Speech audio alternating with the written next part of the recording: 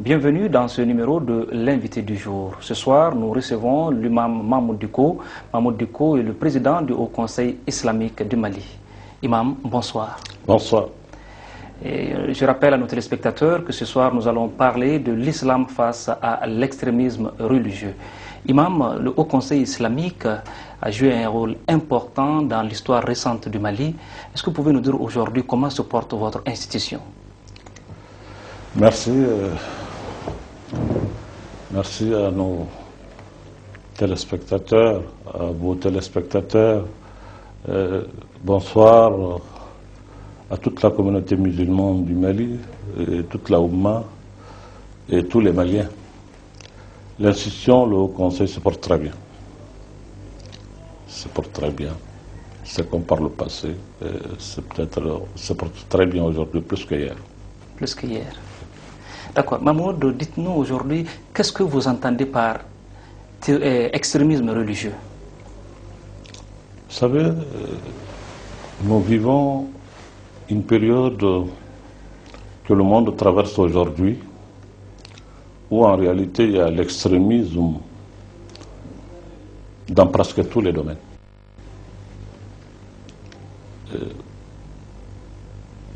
Qu'il soit manifesté aujourd'hui par la religion, c'est tout simplement parce que la religion devient de plus en plus le refuge pour tout le monde qui sont déçus aujourd'hui par tout le système de cette gouvernance mondiale. Et dans ça, tous les opprimés, tous les gens qui n'arrivent pas à s'exprimer de par le monde, généralement, trouvent refuge dans la religion. Et dans ça, on peut trouver toutes sortes de personnes. Ce n'est pas la religion qui est extrémiste, mais c'est les hommes. Et ils rentrent dans la religion avec leur extrémisme. Et donc, il faut certainement faire la définition et faire la part des choses entre des extrémistes dans la religion et l'extrémisme religieux. Il n'y a pas d'extrémisme dans la religion, mais il y a des extrémistes, effectivement, dans la religion. Dans la religion. Parce que bien, imam, on parle d'actualité. Au Sénégal, un imam a été condamné il y a quelques jours. On l'accusait de faire l'apologie du terrorisme. Cet imam disait ceci, je cite, il dit qu'un militaire qui va combattre en terre musulmane est un mécréant, et celui qui combat sous un autre étendard que l'islam ira en enfer. Comment analysez-vous ces propos de cet imam condamné? Écoutez, ces propos n'engagent que leur auteur. Les contextes dans lesquels il a dit ces propos sont des contextes qui sont différents du contexte malien. Et la personnalité de celui qui a parlé est différente de Mahmoud Dicko. Et je me réserve vraiment de commenter les propos de quelqu'un. Je ne sais pas sur quelle base la justice sénégalaise l'a jugé. Et il est difficile pour moi de donner une opinion par rapport à ça. D'accord. Mahmoud Dicko, revenons au Mali. À un moment donné, quand il y a eu les attentats de Radisson Blu, vous avez tenu les propos suivants, je cite, « Ces gens nous ont été envoyés par Dieu à cause de nos comportements, car tout le monde sait aujourd'hui ce qui se passe chez nous. Il y a actuellement dans notre pays des adeptes de l'oufti, gays, lesbiennes, des bars, et ce qui s'est passé n'est qu'une infime partie de ce qui doit nous arriver, et le plus dur est à venir. » Et quand vous avez tenu ces propos-là, le procureur à l'époque, Daniel Tessougui, a qualifié ces propos-là d'apologie du terrorisme. Est-ce qu'avec le recul, vous avez eu le sentiment d'être incompris? Bon, certainement, je pense jusqu'à aujourd'hui que je n'ai pas été compris par celui qui a dit ça. Je le respecte beaucoup. C'est un juge très respectueux de notre pays, avec lequel il y avait de très bonnes relations. Personnellement, on n'a pas eu à discuter ou à échanger par rapport à ces propos. Il ne m'a jamais interpellé pour me dire, imam, ce que vous avez dit en matière de droit, ça, c'est telle ou telle position. Il ne m'a pas dit. C'est un juge, il est indépendant, il est libre vraiment de qualifier les choses et les juger telles qu'il le pense. Je ne peux pas m'interférer dans ça et je respecte vraiment l'opinion des juges et leur opinion par rapport à ces choses-là. Mais j'ai parlé en tant que religieux et je ne peux pas parler autrement que religieux parce que c'est ce que je suis. Est-ce que vous pouvez expliquer aux Maliens, c'est-à-dire ce que vous voulez dire à l'époque, quand vous aviez dit cette expression-là? Bon, en réalité, vous avez vous-même parlé certainement, vous avez qualifié ce propos-là vous avez affirmé des choses que moi je n'ai pas dit exactement comme ça. Parce que vous savez, moi je parlais en bambara. Mes propos ont été interprétés en français, écrits dans des journaux et ensuite les envoyés à travers le monde. Bon, il y a eu beaucoup d'interprétations par rapport à ce que j'ai dit.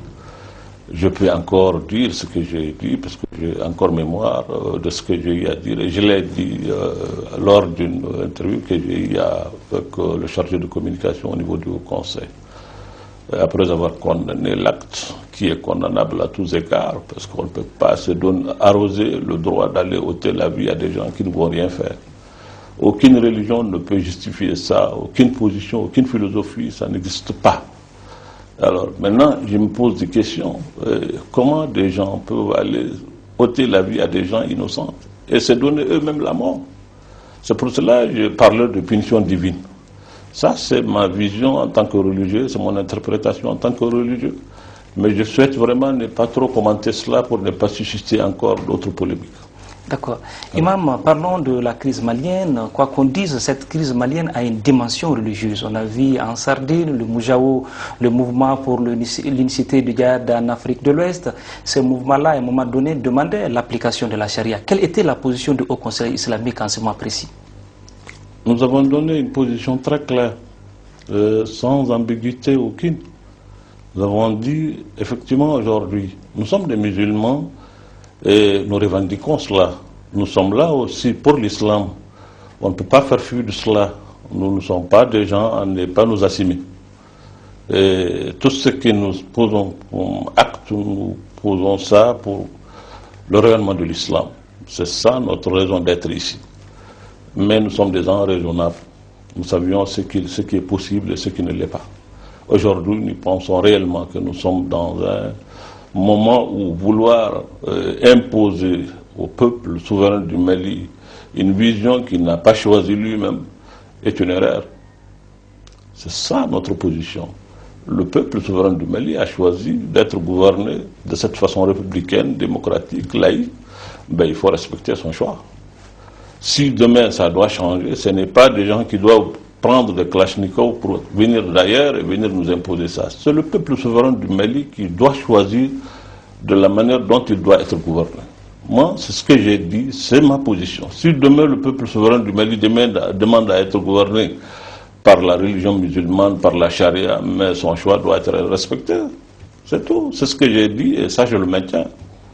D'accord. Est-ce que vous avez pris langue à l'époque avec ces gens-là dans le cadre d'une médiation pour leur faire comprendre, voici aujourd'hui notre position? Mais écoutez, nous avons ici réuni tous les éléments du Mali ici dans un atelier pour produire un document que nous avons même traduit en français et que nous avons eu à donner à toutes les chancelleries qui sont là ici à Bamako pour leur donner la position du Haut Conseil, notre conception de ce que c'est la djihad, la guerre sainte.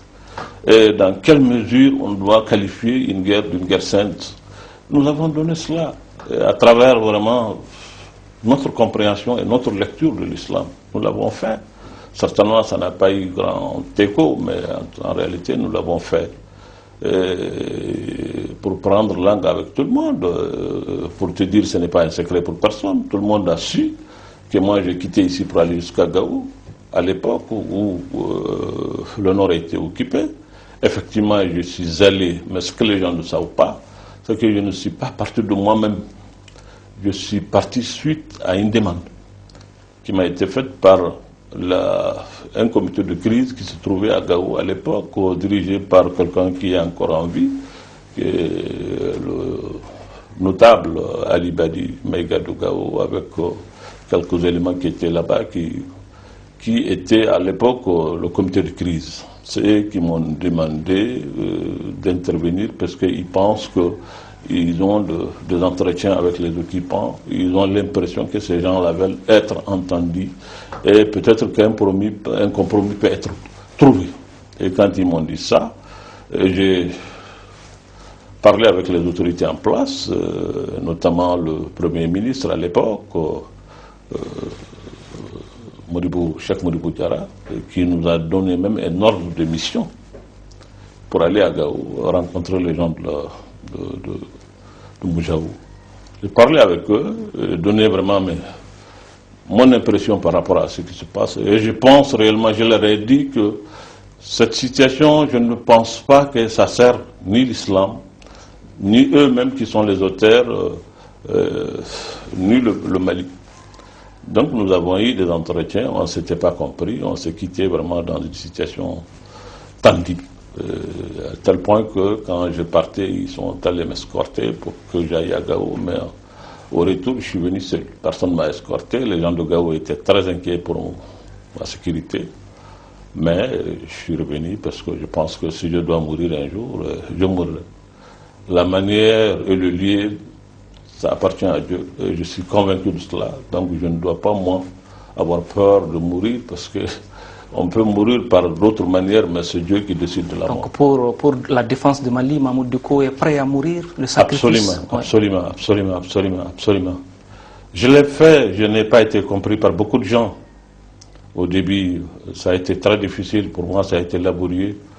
Le fait de vouloir vraiment prendre langue avec ces gens-là pour faire éviter à notre pays ce que nous sommes en train de vivre n'a pas été compris par beaucoup de gens.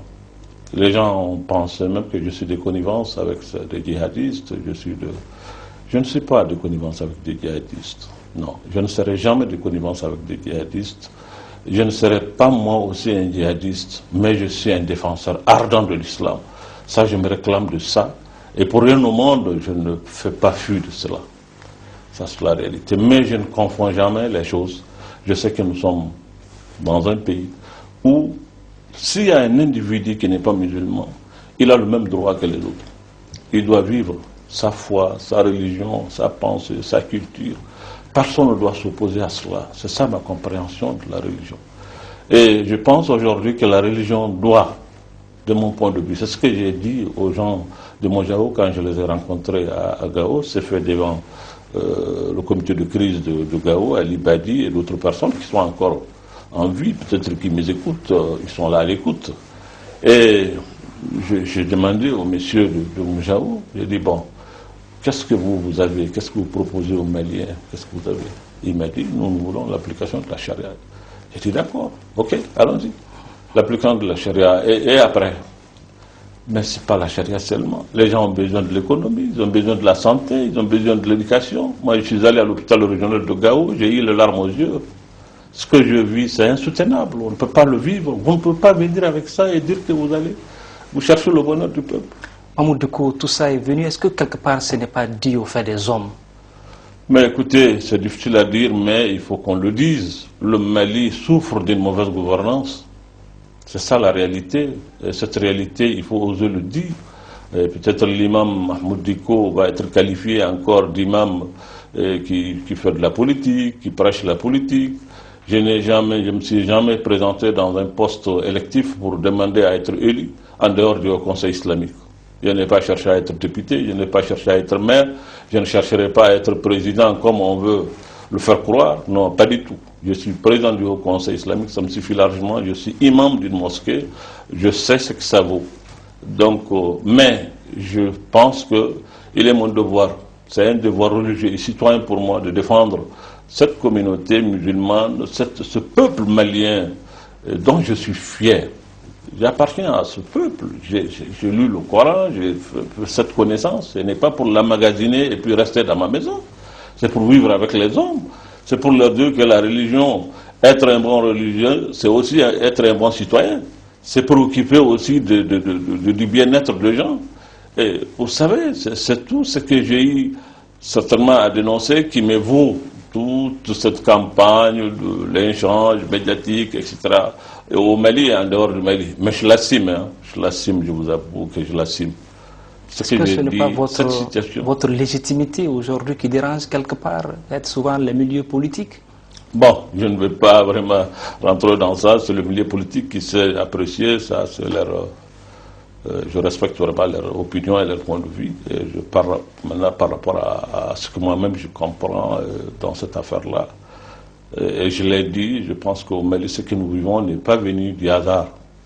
C'est des erreurs, c'est des situations qui se sont accumulées, que nous sommes en train de vivre aujourd'hui. Il faut que les gens acceptent vraiment de se remettre en cause, de faire leur mea culpa, de savoir que vraiment, à un moment donné, on a fauté.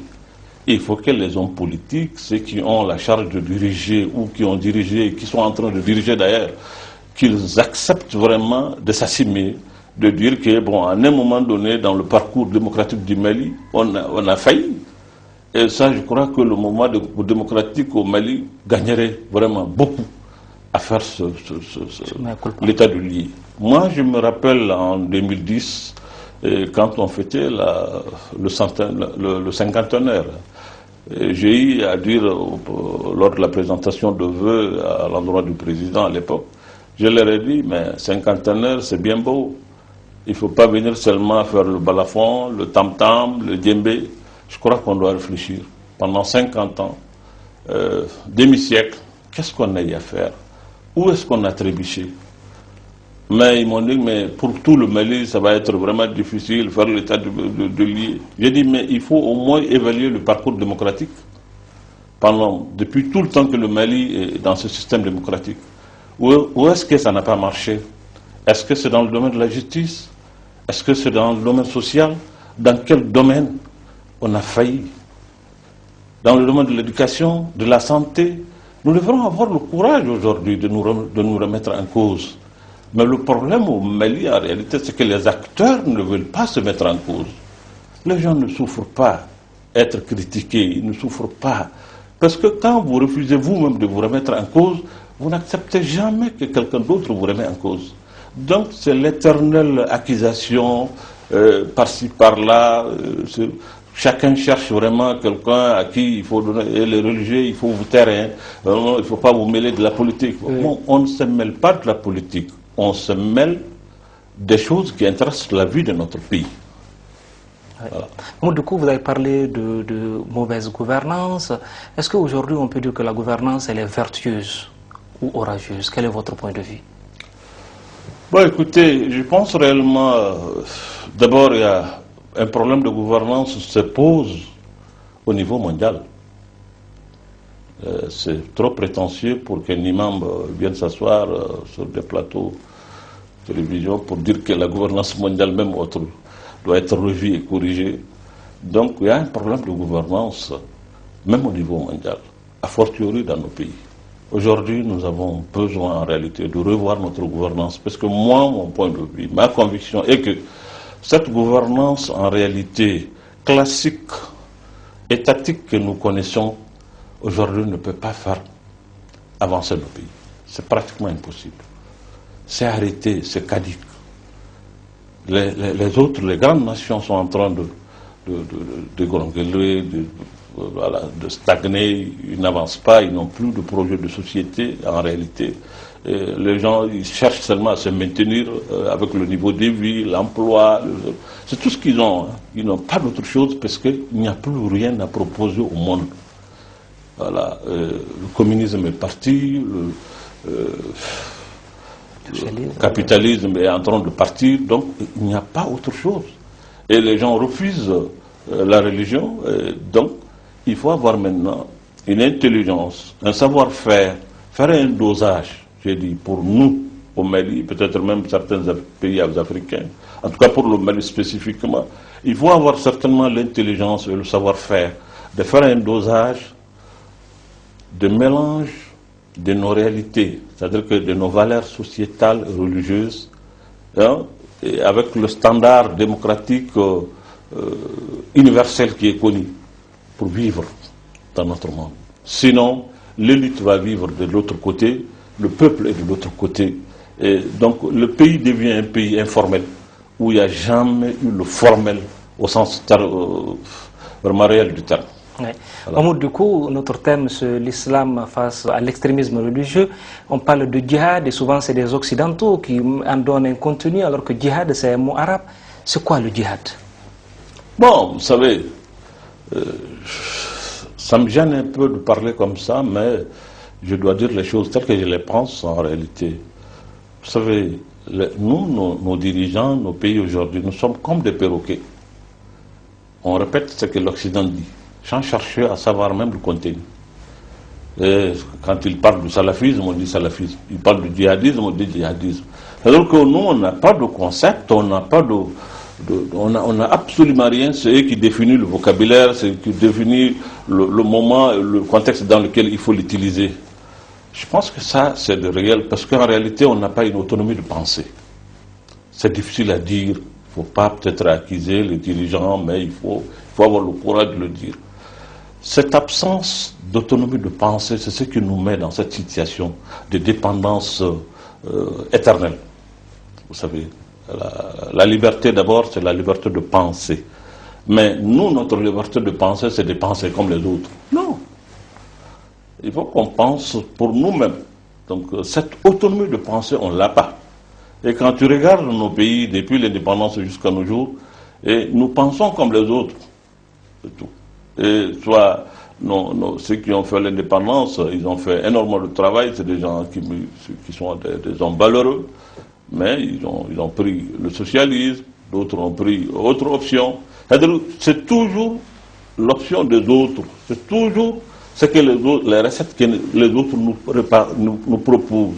C'est la Banque mondiale qui nous dit il faut faire ceci, c'est les FMI qui nous dit il faut faire cela. C'est après que ça échoue, maintenant on se met à critiquer, on se met à revendiquer, les travailleurs se mettent dans la rue. Mais il faut que les peuples africains réfléchissent pour eux. Mais cette autonomie de pensée, on ne l'a pas. Moi, ce que j'ai dit aux gens, quand quelqu'un pense que moi je suis là, mon islam c'est parce qu'il y a l'Arabie Saoudite, il y a je ne sais où, moi personne ne peut me dicter mon islam. Non. C'est me minimiser. Ce pays, ce grand pays qui a produit des gens comme Askia Mohamed, qui a produit des gens comme Ahmed Baba, qui a produit des gens comme Sekou Amadou Hamdallah. Vous pensez que ce pays-là est incapable d'engendrer des hommes intelligents? Il faut que des gens nous disent comment est-ce qu'il faut faire, qu'est-ce qu'il ne faut pas faire. Non. Je pense aujourd'hui que le Mali est un pays, une grande nation, une vieille nation. Nous avons suffisamment de valeurs. Il faut qu'on ait vraiment le courage d'y aller et de puiser dans nos réserves, ces ressources qu'on a pour rebondir. Et nous pouvons le faire. Nous pouvons le faire. Mais tant qu'on gouverne en projet, voilà, parce que tout est en termes de projet de X, projet de Y, ce n'est jamais du concret, c'est du projet tout le temps. Ben parce que c'est les autres qui font ce concept, c'est les autres qui pensent à notre place. C'est l'autre qui fait le concept, mais c'est quoi le djihad en arabe? C'est quoi le djihad? Le djihad, c'est l'effort, en réalité. Djihad ne veut pas dire seulement prendre l'épée ou le fusil, non. Djihad, le mot djihad, ijtihad, c'est de la même famille. C'est en réalité faire un effort. Un effort pour aboutir à quelque chose dans un mieux-être. Parce que pour l'islam, djihad, c'est porter le bonheur vers l'humanité, vers une situation ou défendre une réalité que d'autres veulent opprimer. C'est dans ce sens qu'on se met pour faire la djihad. Là, le djihad, c'est comme ça, djihad. Mais il y a le djihad intellectuel, il y a le djihad économique, il y a le djihad social. Donc, djihad n'est pas seulement prendre un fusil ou l'autre. C'est pour cela le prophète de l'islam, lors d'une expédition, à leur retour, arrivé vers la porte de la Médine, il dit aux gens, maintenant nous revenons de la petite djihad, où ils ont croisé le fer avec l'ennemi, pour revenir maintenant vers la grande djihad. Ben, les disciples ont demandé au prophète de l'islam, mais nous avons croisé le fer avec l'ennemi. Y a-t-il d'autres djihad encore plus grandes? Il dit oui. Djihad al-nafs, djihad sur soi-même, maîtrise de soi, violence sur soi, être bon, recommander le bien, aller vers les autres pour le bien-être de vos semblables. C'est ça en réalité la grande djihad aujourd'hui. Et c'est cette djihad le Mali doit le faire pour aller vraiment vaincre la misère, vaincre vraiment ce que nous sommes en train de vivre aujourd'hui par notre faute. Parce que Dieu seul sait que nous ne sommes pas dans un pays pauvre, c'est pas vrai. Et nous ne sommes pas pauvres. Nous voulons accepter qu'on est pauvre, tendre la main à des gens par-ci par-là. Nous ne pouvons même pas balayer devant nos portes. Il va falloir maintenant que des gens viennent ailleurs pour balayer chez nous. Mais non. Mahmoud Dicko, vous êtes connu pour votre franc-parler, ou est-ce que vous puisez cette réserve, cette qualité rare au Mali, votre franc-parler? Ben, je ne sais pas, peut-être c'est dû à mon éducation, je sais pas, vous me faites trop d'éloges, mais je dis quand même ce que je pense au fond de moi. Voilà, je pense réellement qu'il faut aujourd'hui que les Maliens, je l'ai toujours dit, je crois en cela. Voilà. Peut-être ça, ce qui fait que je ne suis pas souvent compris. Et je comprends aussi ceux qui ne me comprennent pas, je respecte leur opinion. Mais je pense réellement que nous sommes dans un pays où on n'est pas pauvre. C'est pas vrai. Nous avons un pays immense. Dieu nous a doté de ressources naturelles extraordinaires. Cette surface abondante que Dieu nous a donnée, avec des sources d'eau que Dieu nous a données, avec l'intelligence, des bras valides. Et on a tellement de choses que ce pays-là ne peut pas être pauvre. C'est pas vrai. Ouais. Mais quand on nous fait avaler, quand nous acceptons nous-mêmes que nous sommes pays pauvres, je ne sais pas, PPTA, je sais quoi et quoi, bon, avec des concepts qui viennent de je ne sais où, on accepte ça, on restera éternellement pauvre. Parce que la pauvreté, c'est d'abord mental. Voilà. Il faut qu'on refuse d'être pauvre parce qu'on ne l'est pas. D'accord. Voilà. Mahmoud Dicko, le Haut Conseil islamique, on se rappelle, a soutenu le candidat Ibrahim Boubacar Keïta, aujourd'hui président de la République. Est-ce que beaucoup de Maliens pensent que le Haut Conseil islamique est sorti de son rôle? Est-ce que vous partagez ce point de vue? D'abord, je rectifie. Le Haut Conseil islamique, en tant que structure, n'a jamais donné de consignes de vote pour X ou Y. Non. Personne ne peut dire, je mets quiconque au défi. Si un jour, personne peut dire, lors d'un entretien, lors d'un meeting, lors de ceci, vous avez entendu Mahmoud Dicko dire, il faut voter pour un candidat X ou Y. Mais ce que les gens ne peuvent pas m'empêcher, c'est que je suis un citoyen qui jouit d'un droit, c'est de soutenir le candidat que je veux en tant que personne. Maintenant, les moyens par lesquels je dois le soutenir, ça, c'est mon problème à moi. Mais le Haut Conseil en tant que structure n'a jamais pris position, c'est pas vrai. C'est pas vrai. Sabati 2012 affilié un peu des associations musulmanes qui étaient quand même sur le terrain. Ces associations musulmanes, ce que vous ne savez pas, c'est que toutes les associations au Mali sont autonomes. Il n'y a pas d'association qui obéit seulement aux ordres du Haut Conseil. Ils sont autonomes. Le Haut Conseil est un organe fédérateur. Nous sommes l'interlocuteur du gouvernement pour des problèmes qui concernent la Oumma, pour le problème que l'État veut nous choisir, mais les autres structures, ils sont autonomes. Les confréries sont autonomes, les chefs religieux, ils sont autonomes. Ce n'est pas le Haut Conseil qui leur dicte ce qu'ils doivent faire. Non, pas du tout. Mais ce qu'il y a, que les gens confondent, il se trouvait que, comme par hasard, le président Ibrahim Boubacar Keïta était un ami de longue date. Et cette amitié, il l'a assumée comme je l'ai assumée. Moi, je me souviens lors d'un entretien de la RFI, Radio France Internationale avec Ibrahim Boubacar Keïta, on lui a posé la question, mais paraît-il que vous êtes l'ami de Dicko? Il dit, mais c'est mon ami, je l'assume. Alors, mais si lui, il assume cette amitié à l'époque, qu'est-ce qui m'empêche moi aussi d'assumer cette amitié? Pourquoi je ne l'assume pas? Pourquoi je dois en avoir honte? Non. C'est mon ami avant qu'il ne soit président de la République, au moment où peut-être que personne ne le fréquentait. Moi, je partais chez lui, on restait ensemble jusqu'à 2 h du matin, dans des moustiques, là, des trucs, seuls ensemble en train de bavarder. Mais si le président de la République aujourd'hui, les gens pensent que c'est du fait de non, Dicko est là-dedans, le conseil d'État. Mais c'est un mauvais procès qu'on fait d'ailleurs au peuple malien. Vous pensez que ce plébiscite qui a eu lieu, que c'est la capacité de Dicko ou bien de X peut le faire? C'est une volonté de ce peuple malien. Il faut rendre ça au peuple malien. Ce n'est pas X, ce n'est pas Y. Vous ne pouvez pas vraiment plébisciter quelqu'un comme ça avec la volonté de seul homme. Non, c'est pas possible. C'est même, à la limite, insulter le peuple malien. C'est le peuple malien qui s'est levé comme un seul homme pour le livre. Il a été élu.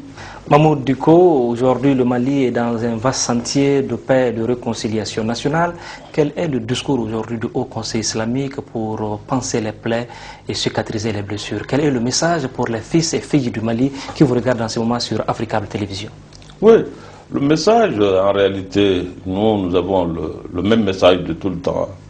Vous savez, quand il y a eu cette affaire-là, avant même l'avènement du coup d'État et autres, moi je me souviens que j'ai réuni toutes les forces vives de la nation à l'époque. J'ai été voir le secrétaire général du syndicat à l'époque, qui était Chaka Diakité. J'ai été chez l'archevêque de Bamako, monseigneur, mon frère et ami Jean Gerbeau. Il m'entend, certainement. J'ai été le voir pour leur dire attention. Il faut qu'on se lève, qu'on se mette ensemble. Il y a un grand malaise dans le pays. Je pense que si on ne fait pas attention, avant ou pendant ou après les élections, le Mali va sombrer. Ils sont encore vivants, je leur ai dit. J'ai réuni à peu près une cinquantaine d'associations, de trucs, de forces vives ici, pour demander à Tété, et Tété le voir, c'est mon frère. Vous savez, les gens ils peuvent raconter leur vie. Ouais. Il n'a pas fait aussi que du mauvais. Tété, non, pas du tout. C'est un frère et je l'assume. Voilà. J'ai été le voir pour lui dire, il faut que tu t'adresses au peuple. Il faut que tu parles avec le peuple. Si tes gens viennent te dire que ça va, il faut que tu saches que ça ne va pas. Il y a un malaise dans le pays. Moi, je vois cette affaire-là venir. Je le sens, je le touche. Il m'a regardé longuement. Il m'a dit, bon, Mahmoud, oui, j'ai compris, on verra. Je suis parti. Bon, peut-être que moi, j'ose trop aller. Vous avez été écouté, pas entendu, c'est ça? Pas beaucoup, vraiment. Je préfère dire ça. Je n'ai pas été entendu. Je crois que lui-même, il est vivant. Il sait qu'on a eu à parler de beaucoup de choses. Jusqu'à ce que l'affaire de Iyad, qui m'a valu d'être, je ne sais pas, beaucoup. Voilà. Et Iyad, c'est moi et Tété qui ont parlé d'Iyad. Je lui ai posé la question et j'ai dit, mais monsieur le président, il y a des gens dans les revendications maintenant qui parlent de religion.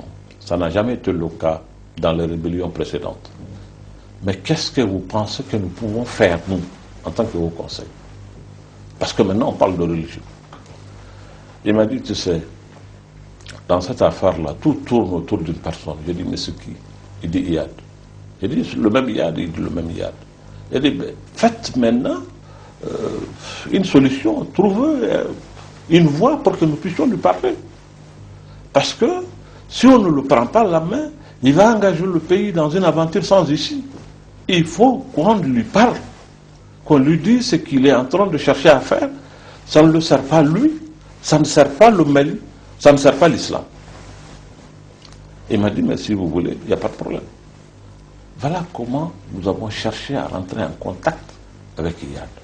Donc nous avons parlé avec le bureau régional du Haut Conseil qui était présidé à l'époque par paix à son âme, Lamano Khan Ntalla. Voilà, Ntalla. C'était lui le président. Nous avons cherché vraiment à trouver le contact, comment nous pouvons vraiment contacter Iyad. Et tous les jours, on se donne de rendez-vous. J'appelle l'autre là, Kafoune, je cherche. Je vais vous dire jusqu'au soir du lundi 20 mars. C'était 21 mars d'ailleurs, ou bien 22 mars, le mardi. Voilà. Jusqu'au soir du coup d'État. Moi j'étais en contact avec les choses dans l'idée de nous donner un véhicule, des moyens pour que nous puissions nous rendre dans le nord et chercher à contacter ces gens-là, pour faire éviter à notre pays ce que nous sommes en train de vivre. Ils m'ont dit à l'époque, non, nous sommes en état de guerre, on est en état de siège. Finalement, le président m'a dit, bon écoute, toi, même si les gens vont, il ne faut pas que toi tu ailles. Après, il y a eu d'autres choses qui ont été dites, que j'ai appris après. Bon, je regrette vraiment de parler avec le Caire à l'époque. Et par malheur, le lendemain, il y a eu un coup d'État. Et encore, ce qui a été pour moi, je ne sais pas, ce qui a fait le coup d'État, la première personnalité qui sont allés chercher, ça a été moi. Ces gens-là qui ont fait le coup d'État, je ne le connaissais pas. Ils sont allés me chercher, je pensais même qu'on allait me faire arrêter. Moi, je suis parti avec l'idée que je serais arrêté. Mais quand je suis arrivé là-bas, que j'ai vu le capitaine a enlevé son béret, il s'est mis à chose, il m'a salué. Bon. Il m'a dit qu'on a fait le coup d'État, j'ai dit, bon, on prend acte, c'est tout. Bon, il y a beaucoup de gens, moi j'ai vu dans des journaux, dans le truc, du coup, et complices, les mêmes bossés qui ont fait le coup d'État. Moi je ne suis pas un général pour pouvoir faire le coup d'État, je ne suis pas un chef d'État-major général, je ne suis pas ministre de la Défense, mais avec quel moyen je vais faire un coup d'État? Mais non, les gens, ils racontent leur vie. Mais Amadou Aya, je l'ai connu comme ça. Je ne l'ai jamais vu avant le coup d'État. Jamais. Vous dites des déclarations assez importantes aujourd'hui. Est-ce que vous n'êtes pas sorti de votre silence depuis? Bon, il y a des choses qu'il faut faire savoir souvent. Voilà. Lui, je ne l'ai jamais connu. Du coup, nous sommes pratiquement à la fin de cette émission. Si vous avez un mot pour les jeunes du Mali, pour les jeunes d'Afrique, par rapport à l'extrémisme, par rapport à ces cercles djihadistes et autres-là, quel serait votre mot? Bon, je vais tout simplement vous dire que l'extrémisme ne paye pas, ni religieux, ni autre. Les jeunes du Mali et d'Afrique, et d'ailleurs, aujourd'hui, le monde nous commande en réalité d'être plus lucides. Je ne crois pas que ce qui se passe aujourd'hui à travers le monde, qu'on qualifie d'islam, peut servir ni l'islam, ni l'humanité, ni cette cause noble que l'islam veut. L'islam est une grâce divine pour l'humanité. L'islam ne peut pas se transformer en une menace mondiale, ce n'est pas possible. Dieu a qualifié le prophète d'une grâce mondiale, une grâce pour l'humanité tout entière. L'objectif même dans l'envoi du prophète, c'est d'être une grâce divine qui va se répandre et envelopper l'humanité dans sa globalité et toute la créature. Bon, vous pensez que cette religion doit se transformer en une menace mondiale? Non, je pense que non. L'humanité a besoin de cette religion, mais de quelle façon? Voilà, de quelle façon? L'humanité a besoin de cette religion, la religion musulmane de quelle façon? C'est les mots de Mahmoud Dicko. Mesdames, Messieurs, c'est la fin de cette émission. Émission que j'ai eu l'immense plaisir de présenter. Merci de rester fidèle au programme de Africable Télévision.